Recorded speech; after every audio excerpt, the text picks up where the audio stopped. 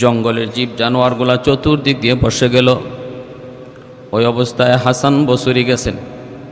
যাওয়া মাত্রই দেখা গেল হিংস্র জানোয়ারগুলা তারা আবার যার যার জায়গা মতো চলে গেল।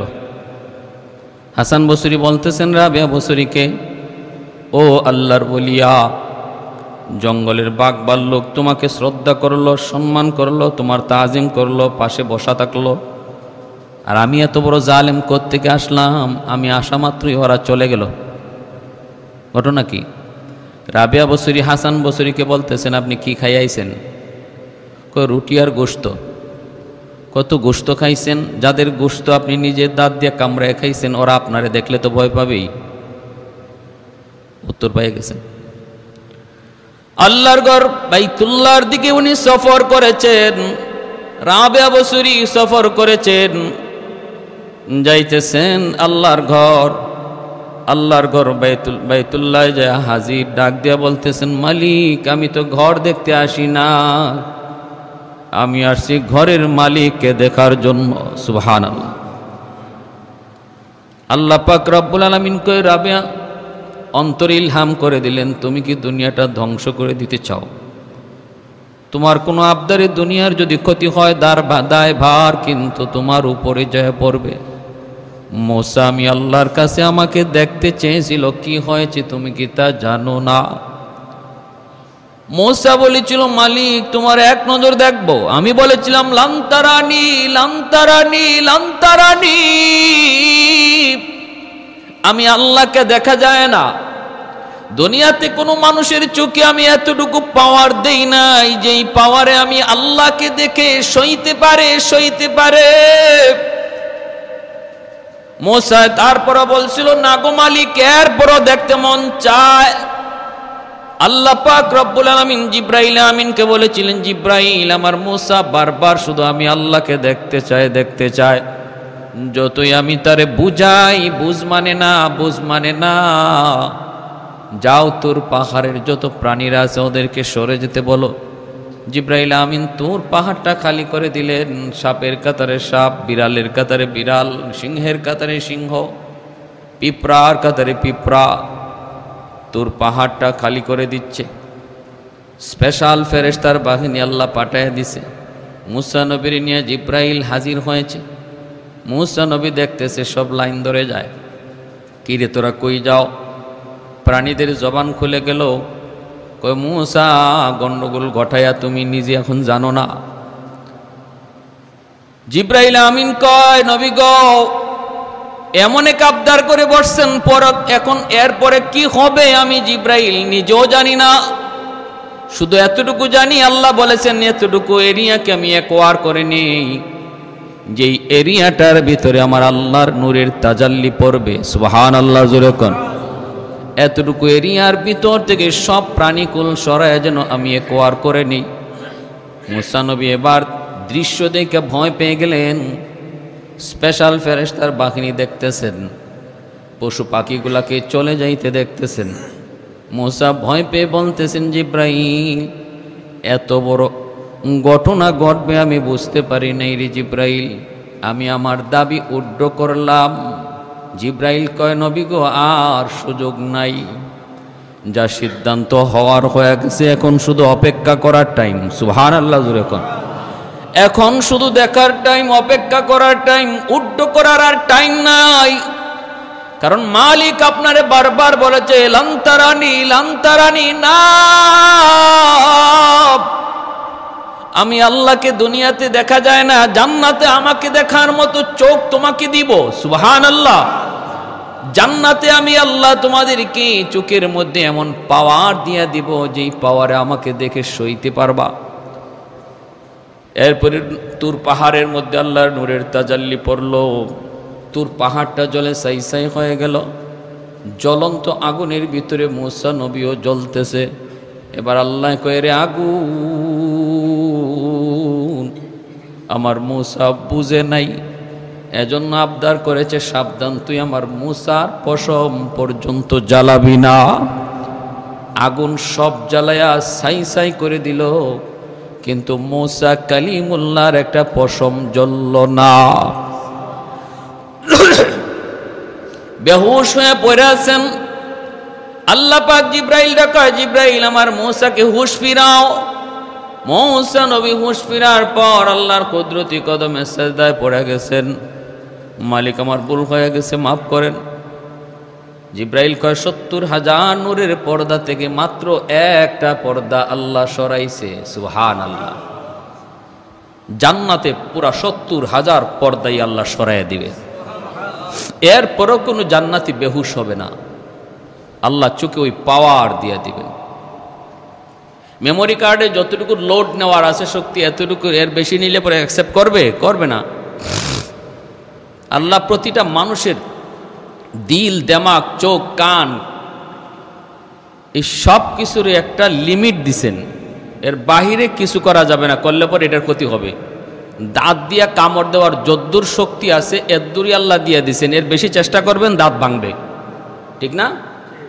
কান দিয়া শুনবো আমরা, কতটুকু জায়গা থেকে শুনবো এতটুকুর একটা লিমিট আল্লাহ দিয়ে দিছেন। দেমাগ কদ্দূর পর্যন্ত চিন্তা করে উঠতে পারবো আল্লাহ দিয়ে দিছেন লিমিট, এর বাহিরে যাবেন পাগল হয়ে যাবেন। এজন্য আল্লাহ বলে তাফাক্কারু ফি খালকিল্লাহ, তাফাক্কারু ফি খালকিল্লাহ ওয়ালা তাতাফাক্কারু ফি যাতিল্লাহ। আমি আল্লাহ তোমাদের দেমাগের মধ্যে এতটুকুই ক্ষমতা দিয়েছি, যেই ক্ষমতার দ্বারা তোমরা আমার সৃষ্টি জীব নিয়ে গবেষণা করবে, আমি আল্লাহকে পাবে। যখনই আমাকে নিয়ে ভাবতে শুরু করবে তখনই ব্রেন আউট হবে, কারণ এই ক্ষমতা তোমার ব্রেইন আমি দেই নাই। নাস্তিকরা নাস্তিক হয় কেমনে? ওই চিন্তা করে কয় আমাদেরকে আল্লাহ বানাইছে, তো আল্লাহরে কে বানাইছে? আমরারে বুঝলাম আল্লাহ বানাইছে, আল্লাহরে কে বানাইছে? আল্লাহকে কে বানাইছে এটার চিন্তা করে সমাধান বের করার মতো দেমাগে যোগ্যতা আল্লাহ সৃষ্টিগতভাবে কোনো মানুষকে দেয় নাই। অতএব এই জায়গায় চিন্তা করলেই নাস্তিক হবে।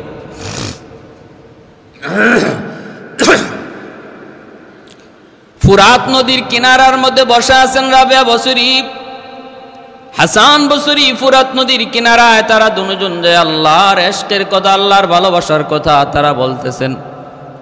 হাসান বসরি বলেন, রাবেয়া বসরির সামনে যখন আমি যাইতাম, তার আল্লাহ প্রেমের দৃশ্য, আল্লাহর মহব্বত ভালোবাসার কথাগুলো শুনলে পরে আমি যে একজন পুরুষ, উনি যে একজন মহিলা, এই খবর আমাদের থাকতো না।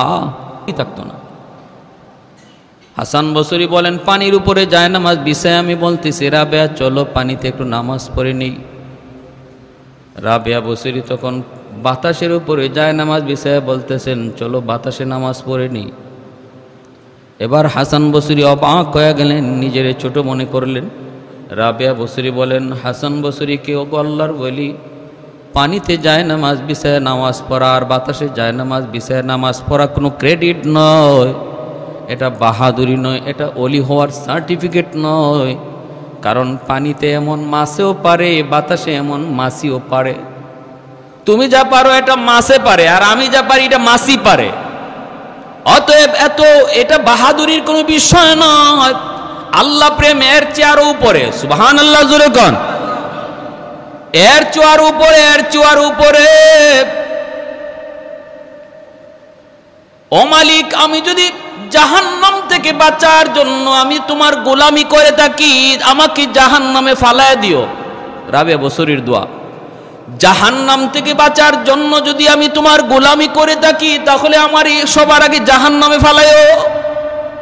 জান্নাত পাওয়ার জন্য যদি তোমার গোলামি করে থাকি, তাহলে আমাকে জান্নাত থেকে বিতাড়িত কইরো। আর যদি তোমাকে পাওয়ার জন্য আমি গোলামি করি, আমাকে তুমি দেখা দিও। সুবহানাল্লাহ জোরে কর। তাহলে রাবেয়া বসরি তার ইবাদতের কোয়ালিটি দেখেন। তিনি বলতেন, যারা জান্নাত পাওয়ার জন্য ইবাদত করে আমার মন চায় জান্নাতকে আমি আগুন দিয়ে জ্বালায় দিই। এজন্যই তিনি বাইতুল্লাহর সামনে যায় বলতেছেন, বাইতুল্লাহ, আমি তোরে দেখতে আসি নাই, তোর মালিকরে দেখতে এসেছি। আল্লাহ বলতেছে, রাবেয়া তুমি কি এমন অঘটন ঘটাইতে চাও যার দায়ভার তোমার উপরে পড়বে? মূসা পারে নাই, তুমিও পারবা না, এমন আবদার করো না। রাবেয়া বসরি চলে গেলেন। পরের বছর তিনি আসবেন আবার বাইতুল্লাহ। আল্লাহ পাক বাইতুল্লাহকে আদেশ দিয়ে দিলেন, বাইতুল্লাহ তুমি আমার একজন পাগল আসতেছে, তার সংবর্ধনার জন্য তুমি বাইতুল্লাহ আগায় যাও। এই বৎসর হজে আসছেন ইব্রাহিম বিন আদহামও, বলকের বাদশাহ, আজকের আফগানিস্তান যার নাম। তখনকার সময় আফগানিস্তানের রাজধানী ছিল বলক, বর্তমানে কাবুল, একসময় ছিল গজনবী। আফগানিস্তানের রাজধানী বিভিন্ন সময় বিভিন্ন শহরে গেছে। ইব্রাহিম বিন আদহামও তিনি 17 বছর লাগাইয়া তিনি হজে গেছেন ওই বৎসর। কিভাবে? ওই 2 কদম 3 কদম 10 কদম আগান, 2 রাকাত নামাজ পড়েন, অবস্থান করেন। 10 কদম 5 কদম আগান, নির্ধারিত কয়েকটা কদম দেওয়ার পরেই 2 রাকাত নামাজ পড়েন, 2 রাকাত নামাজ। এইভাবে সফর করে 17 বছরে ইব্রাহিম বিন আদহাম বাইতুল্লাহ যাইয়া পড়ছেন। সুবহানাল্লাহ, জোরে কর। যাইয়া দেখেন বাইতুল্লাহ তার জায়গায় নাই, বাইতুল্লাহ তার জায়গাতে নাই। আল্লাহ ওলিরা তারা তো অন্তর্চক্ষু খোলা তাকায়, তারা মূল জিনিসটা দেখতে পেতেন, রূহ দেখতে পেতেন। এই হলো আমাদের বডিটা মূলত আমি নাসির নই, মূল ব্যক্তিটা হলো তার রূহ। এজন্য রূহটা চলে যাওয়ার পর দেহের নাম হয়ে যায় লাশ। রূহটা চলে যাওয়ার পর আমরা ব্যক্তিটার, মানুষটা এখানে পড়ে আছে, তার বডি পড়ে আছে, তার হাত আছে, তার চোখ আছে, সব কিছু আছে, কিন্তু কেউ নাম ধরে ডাক দেয় না, লাশ কয়। নাম বোঝা গেল রূহটার নাম, রূহটা চলে গেছে আর নাম নাই, বডিটা লাশ হয়ে গেছে। তো প্রত্যেক জিনিসেরই এমন রূহ আছে, বাইতুল্লাহরও রূহ আছে। ইব্রাহিম বিন আদহাম যায় দেখেন বাইতুল্লাহর কায়াটা পড়ে আছে, রূহ নাই। মালিক এত কষ্ট করে বাইতুল্লাহ দেখতে আসলাম, বাইতুল্লাহ কই? ও মালিক এত কষ্ট করে খানা কাবা দেখতে আসলাম, কাবা কই? আল্লাহ পাক রব্বুল আলামিন বলতেছে তালাশ করো। কই মালিক তালাশ তো করতেছি, দেখি না, নাকি আছে আমার চোখে সমস্যা? আল্লাহ বলতেছেন না ইব্রাহিম, চোখে তোমার সমস্যা নাই। প্রত্যেক ওলি আল্লাহর সাথে আল্লাহর কথা হয়েছে ইলহামের মাধ্যমে, অন্তরে ইলহাম করার মাধ্যমে, জিব্রাইল মারফতে নয়। জিব্রাইল শুধু আসেন নবীদের কাছে, ওলিদের কাছে আল্লাহর কথা অন্তরে পৌঁছে দেওয়া হয়, অন্তরের মধ্যে পৌঁছে দেওয়া হয়। বলতেছেন না না, চোখে কোনো সমস্যা হয় নাই, বরং তুমি ঠিকই বলতেছো বাইতুল্লাহ তার জায়গায় নাই। কারণ আমার একজন ওলি মহিলা, একজন পাগল, সে আসতেছে আমি আল্লাহর ঘর দেখার জন্য, আমাকে দেখার জন্য। তার সম্মানে বাইতুল্লাহরে আমি আল্লাহ পাঠাইয়া দিছি আগায়া আনার জন্য। সুবহানাল্লাহ। ইব্রাহিম বিন আদহাম সেজদায় পড়ে বলতেছেন মালিক তিনি কত বড় ওলি, তিনি কত বড় আশিক তোমার। খালি হামাগুড়ি দিয়ে তিনি উঠছেন আল্লাহর ঘর দেখে, সেজদায় পড়ছিলেন, মাথাটা উঠাইছেন, উঠে দেখেন বাইতুল্লাহ হাজির, আল্লাহর ওলি রাবেয়া বসরিও হাজির। ইব্রাহিম বিন আদহাম যায় বলতেছে গো আল্লাহর ওলিয়া, আপনি কত বড় বুজুর্গ, আপনি ইতিহাস সৃষ্টি করলেন, দৃষ্টান্ত স্থাপন করলেন। কারণ খানায় কাবা শুরু থেকে আজ পর্যন্ত কারো সম্মানে জায়গা থেকে যায় নাই। আজকে মালিক আপনার সম্মানে খানায় কাবারে পাঠায় দিছে। আপনি অনন্য, আপনি বেনজির, আপনি বেমিসাল। এবার রাবেয়া বসরি বলে আমি অনন্য নই, আমি বেনজির নই, আল্লাহর ঘরে এসেছি, আমি তো কষ্ট স্যার আল্লাহর ঘরে এসেছি। বেনজির বেমিসাল তো হলো সে যে 17 বছর লাগাইয়া আল্লাহর ঘর দেখতে আইছে। সুবহানাল্লাহ। অথচ ইব্রাহিম বিন আদহাম কতদিন লাগাইয়া তিনি আইছেন, রাবেয়া বসরিকে বলেন নাই, শোনান নাই। আল্লাহ জানায় দিছেন কয়েকে একজন আরেকজন কি চিনে, মানিকে মানিক চিনে, ওলি ওলিকে চিনে, আল্লাহওয়ালা আল্লাহওয়ালাকে চিনে। ভাইরা বন্ধুরা, জন্য বলতেছিলাম এত বড় বুজুর্গ, এত বড় আল্লাহওয়ালা রাবেয়া বসরি, উনার ঘরে 3 জন আল্লাহর ওলি, জগৎ বিখ্যাত আল্লাহর ওলি জমা হয়েছেন। তাদের আজকের আলোচ্য বিষয় হলো খাঁটি প্রেমিক কে, আল্লাহর খাঁটি প্রেমিক কে, খাঁটি প্রেমিকের আলামত কি। একথা বলতে হাসান বসরি বলেন আমি তো মনে করি আল্লাহ পাকের পক্ষ থেকে যখন কষ্ট দেওয়া হয়, যে সবর করে, আল্লাহ পাকের কষ্ট থেকে যার উপরে পরীক্ষা আসে সে হলো আল্লাহর ওলি। ওয়ালানাবলুওয়ান্নাকুম বিশাইইন মিনাল খাউফি ওয়াল জু' ওয়া নাকসিম মিনাল আমওয়ালি ওয়াল আনফুসি ওয়াস সামারাত ওয়া বাশশিরিস সাবিরিন। আল্লাহ নিজে বলতেছেন যে যত বড় ওলি হবে তার উপরে আল্লাহর পরীক্ষা তত বেশি হবে। যে আল্লাহর পাগল যত বেশি হবে তার উপরে দুনিয়াবি পরীক্ষা তত বেশি হবে। একটার পর আরেকটা মুসিবত আসবে, বিপদ আসবে, সবর করবে আর আল্লাহ তার মাকাম মর্যাদা জান্নাতে বাড়াইতে থাকবে। দুনিয়াতে কিছু মানুষকে আল্লাহ এমন পছন্দ করে, এটা আল্লাহর একান্ত, এটা আল্লাহর ইচ্ছা। এখানে আমাদের কোনো হাত নাই যে আল্লাহ অমুককে কেন এত ভালো পায়। আল্লাহ বলে এটা আমার মনের বিষয়, আমার কুদরতি কলিজার বিষয়, আমি ওরে ভালো পাই, ওরে আমার ভালো লাগে, ওর হাসিটা আমার ভালো লাগে, ওর চলনটা ভালো লাগে, ওর পোশাকটা আমি আল্লাহর কাছে ভালো লাগে। কেন জানি না, কেন ভালো লাগে এর কোনো কারণ তালাশ করে পাওয়া যায় না। তখন আল্লাহ বলেন আমার ভালোবাসার মানুষটারে আমি আল্লাহ জান্নাতে রাখবো। যেই জায়গায় রাখবো ওই জায়গা পর্যন্ত পৌঁছতে তার আমলে ঘাটতি আছে, আমল কম, অতিরিক্ত আমল কম। যেই জায়গায় পর্যন্ত পৌঁছা যায় তখন রব্বুল আলামিন ওই আমলের ঘাটতিটারে পূরণ করার জন্য মাঝে মাঝে বিপদ দেয়, মুসিবত দেয়, পরীক্ষা দেয়। ওই পরীক্ষাগুলোতে সে যখন সবর করে আল্লাহর হুকুমে অটল থাকে, মালিক তখন তার ওই গ্যাপটা পূরণ করে ওই জায়গায় পৌঁছায় দেন। আমলের দ্বারা যে জায়গায় পৌঁছার কথা, যখন সে ওখানে আমলের দ্বারা পৌঁছতে পারে না, তখন তার উপরে কিছু কষ্ট, মুসিবত, রোগ, বিপদ, পারিবারিক বিপদ, ব্যক্তিগত বিপদ দিয়া যখন দেখা যায় ওই বিপদেও সে মসজিদে হাজির, ওই বিপদের সময়ও সে আল্লাহর উপরে ভরসা রাখেই চলতেছে, তখন আল্লাহ আমলের ঘাটতিটারে পূরণ কইরা ওই জায়গাটার গ্যাপ পূরণ কইরা দেয়। সুবহানাল্লাহ।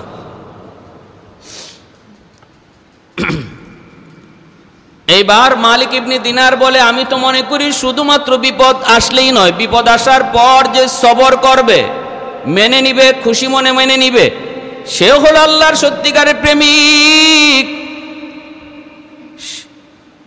এভাবে এক একজনে এক একটা বলে। রাবেয়া বসরি কি বলতেছেন শুনেন। রাবেয়া বসরি বলেন আমি মনে করি সেই হলো সত্যিকারের প্রেমিক যার উপরে আল্লাহ বিপদ দেয়, মুসিবত দেয়, কষ্ট দেয়, এরপরে সে হাসি মুখে মাইনা নেয়, সবর করে। শুধু তাই নয়, বরং আল্লাহ পাকের দিদার দেখা মাত্রই সে সকল কষ্টকে হাসি মুখে আনন্দে গ্রহণ করে নেয়। যেমন ভাবে ইউসুফ আলাইহিস সালামকে দেখা মাত্র মিশরের নারীরা তাদের হাত কাটছিল, ওই হাত কাটার ব্যথা, রক্ত আর যন্ত্রণা ইউসুফ নবীকে দেখা মাত্রই যেমন তারা ভুলে গেল, তাদের চোখ দিয়ে পানি আসার কথা, কিন্তু ইউসুফ নবীকে দেখা মাত্রই আনন্দের হাসি হাসলো। কয় এই মানুষ যে আল্লাহর দেওয়া কষ্টকে আল্লাহ দেখা মাত্রই হাসি মুখে তার চেহারার কষ্টকে বিলীন করে দেয়, সেই হলো সত্যিকারের আশেক। তাদের আলোচনার আলোচ্য বিষয় কি, আর আমাদের এক জায়গায় বসলে আলোচ্য বিষয় কি হয়, আমাদের আলোচ্য বিষয় কি হয় আর কি হওয়া উচিত ছিল। আল্লাহু আকবার। ভাইরা আমার, ওয়াল্লাযীনা আমানু আশাদ্দু হুব্বাল লিল্লাহ। এজন্য আল্লাহ বলে ঈমানওয়ালারা যদি বলো আমি ঈমানদার, তাহলে তোমার অন্তরে সবচেয়ে বেশি ভালোবাসা থাকবে কার? আল্লাহর সবচেয়ে বেশি ভালোবাসা। তোমার সামনে দুনিয়া আসবে, কখনো তোমার সামনে আখেরাত আসবে। দুনিয়ার আখেরাতে যখন টক্কর বাজবে, তখন আল্লাহর ভালোবাসা অন্তরে বেশি থাকলে আখেরাতকে প্রাধান্য দিবা। দোকানে কাস্টমার চলে আসছে অথচ আজান শোনা গেছে, একদিকে শয়তান তোমার দোকানে কাস্টমার পাঠিয়ে দিয়েছে জামাত তরক করানোর জন্য। এবার তোমার সামনে পরীক্ষা, মহব্বত কার বেশি, মালের বেশি না মসজিদের বেশি? যার অন্তরে আল্লাহর ভালোবাসা বেশি সে বলবে আমার দোকানদারি এখন অফ, সে বলবে আমার এখন ব্যবসা করা অফ, লাভ নেওয়া বন্ধ, আমার আল্লাহ আমাকে ডাকতেছেন, তার ঘরে আমি মসজিদে যাই। সে প্রমাণ করলো, মুখে শুধু নয় কাজেও প্রমাণ করলো, মালিক আমার অন্তরে তোমার ভালোবাসা সবচেয়ে বেশি। এটা একটা উদাহরণ, এমন যতগুলি কাজ, যতগুলি বিষয় আমাদের সামনে আসবে। মুখে বলতেছি এটা আসল বলা নয়, কাজে প্রমাণ করে দেখাবো, এটা হলো দিলের বলা। আমি যদি কাজে প্রমাণ করে দেখাইতে পারি, ঠিক কিনা? হ্যাঁ, কাজে প্রমাণ করে দেখাইতে হবে। মালিক ইবনে দিনার আর শাকিক বলকি রহমতুল্লাহি আলাইহি ওনারা কেমন বুজুর্গ ছিলেন, আর হাসান বসরি যে আসছেন উনি কেমন, এই তিনজনের কথা ইনশাল্লাহ আগামী জুম্মায় বলবো। যে এই জগৎ বিখ্যাত তিনজন বুজুর্গ হাসান বসরি, মালিক ইবনে দিনার, শাকিক বলকি, এরা কেমন স্তরের বুজুর্গ ছিলেন। আসছেন কার কাছে? রাবিয়া বসরির ভাঙ্গা করে, রাবিয়া বসরির ভাঙ্গা করে। আলোচ্য বিষয় সত্যিকারের আশিক কে, ইনশাআল্লাহ শুনবো। আল্লাহ নবী বলেন, মান আহাব্বা লিল্লাহ ওয়া আবগাদা লিল্লাহ ওয়া আ'তা লিল্লাহ ওয়া মানা'a লিল্লাহ ফাকাদ ইসতাকমালাল ঈমান। যে আল্লাহকে বেশি ভালোবাসবে, আল্লাহর জন্যই ভালোবাসবে, আর আল্লাহর জন্যই কাউকে খারাপ জানবে, আল্লাহর পাওয়ার জন্য দান করবে, আর আল্লাহর জন্যই কাউকে দান করা থেকে বিরত থাকবে। চারটা কাজ। মহব্বত করবে কার জন্য? দুনিয়ার জন্য না। এর আমি ভালোবাসি, এর সাথে ভালোবাসা রাখলে হে আমার ব্যবসার লাইন ধরায় দিবে না, এজন্য না। তার সাথে আমি চলি এজন্য যে তার সাথে চললে একটু পাওয়ার দেখানো যাবে, কারণ সে এমপির পোলা, এ চেয়ারম্যানের পোলা, এর সাথে চললে আমার এই লাভ, এই ধরনের ভালোবাসার কথা না। ভালোবাসি কি জন্য? তার সাথে চললে, তারও ভালোবাসলে আমার নামাজের প্রতি আগ্রহ বাড়ে, তারে ভালোবাসলে আমি দেখছি আল্লাহওয়ালাদের প্রতি আমার মহব্বত বাড়ে, উলামায়ে কেরামের প্রতি শ্রদ্ধা ভক্তি বাড়ে, এজন্য আমি তার সাথে চলি, তারে মহব্বত করি। এই হলো 1 নম্বর গুণ। দ্বিতীয় হলো একজনে খারাপ জানে, তার সাথে চলে না। মুসলমান সালাম কালাম বন্ধ করা যাবে না, কিন্তু তার সাথে চলা, সঙ্গ দেয়া, এটা ভিন্ন বিষয়। এখানে বুঝার বিষয় আছে। এখানে আমাকে অবশ্যই মাপতে হবে কার সাথে আমি চলবো। যদি বুঝি তার সাথে চললে পরে আমার নামাজের মধ্যে গাফলতি আসে, তার সাথে চললে পরে উলামায়ে কেরামের প্রতি আমার আরও খারাপ ধারণা আসে, কারণ সে মাঝে মাঝে এরকম আলেম উলামা সম্পর্কে, মসজিদ ইমাম, মুয়াজ্জিন, মাদ্রাসার উস্তাদ, তাদেরকে নিয়ে একটু কটাক্ষ করে কথা কয়, আর ওর সাথে চললে আমার এই কথাগুলো শুনতে হয়। এজন্য আমি ওর সাথে চলা বন্ধ করে দিলাম। এই বন্ধ করাতে আল্লাহ খুশি। এটা নবী বলতেছেন, আমান আবগাদা লিল্লাহ, আমি তাকে ভালো পাই না দ্বীনের খাতিরে, আল্লাহর জন্য, আর কোনো খাতিরে নয়। তার সাথে চলি না এজন্য নয় যে এর সাথে চললে আমার দুনিয়ার কোনো ফায়দা হচ্ছে না, এর সাথে চললে আমার 2 টাকা আয় হচ্ছে না, এজন্য ওর সাথে চলা বাদ দিই নাই। বাদ দিছি তার সাথে চললে পরে আবার দ্বীনের ক্ষতি হয়। ওয়া আ'তা লিল্লাহ, দান করে সেটাও আল্লাহর জন্য, কাউরে দিছে।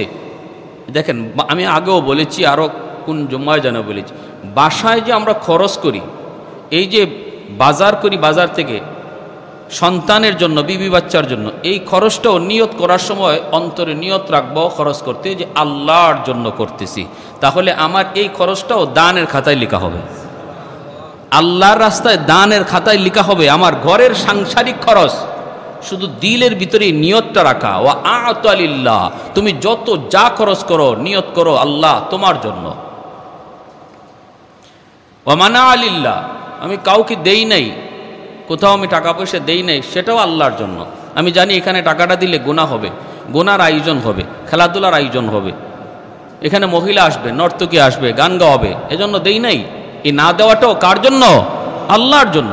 আমি জানি এখানে না দেওয়াতে সমাজ আমাকে খারাপ জানবে, পোলাপানগুলো আমার সাথে কথা বলবে না, কোনোদিন বিয়াদবিও করতে পারে, কিন্তু তারপরও আমি দেব না, শুধু আল্লাহর ভালোবাসায়। কারণ সমাজের চেয়ে আমি আমার আল্লাহকে বেশি ভালোবাসি, রাষ্ট্রের চেয়েও আমি আমার আল্লাহকে বেশি ভালোবাসি, এই খাতিরে আমি দেই নেই।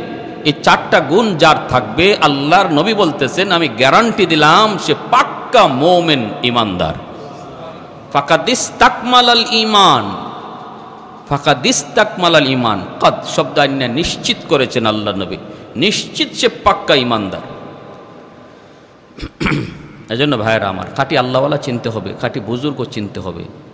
আর পীর দাবি করাটাই এত সহজ কথা নয়, বুজুর্গ দাবি করাই এত সহজ কথা নয়।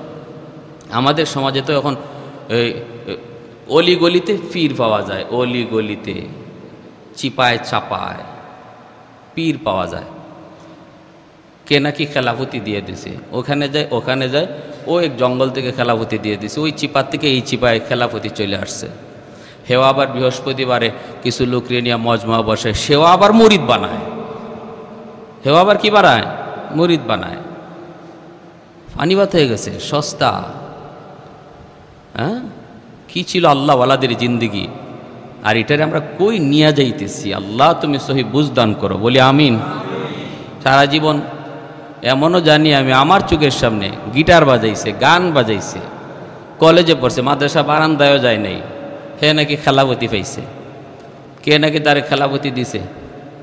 এখন মুখে নাই দাড়ি, ফিসাব, দুদিন পরে আপনাদেরকে মুরিদ করবে, দাওয়াত দিবে, সাপ্তাহিক জলসা করবে, ধ্বংস করে ফেলতেছে, নষ্ট, গোটা সমাজ নষ্ট। এরা ইমানের ডাকাত। সাবধান, আমল কম করি কিন্তু আকিদা, বিশ্বাস, চিন্তা চেতনা, ধারণা সহি করি। ইতিহাস জানেন খাঁটি আল্লাহওয়ালাদের, তারা কি পাওয়ার নিয়ে, কি ধরনের আল্লাহর মহব্বত নিয়ে তারা চলতো, আর আমরা এটারে কই নিয়ে যাচ্ছি। আল্লাহ আমাদেরকে সহি বুঝদান করুন। যারা সুন্নত পড়ি নাই 4 রাকাত কাবলার জুমা করুন।